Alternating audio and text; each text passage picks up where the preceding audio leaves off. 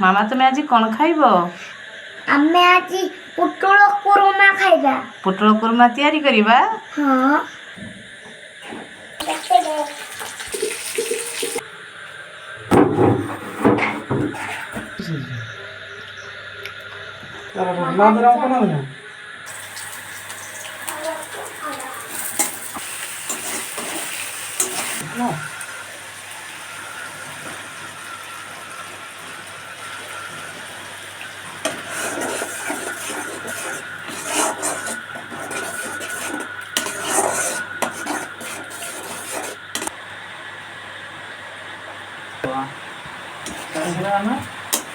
ହେଇଗଲା ପୋଟଳ କୁରୁମା।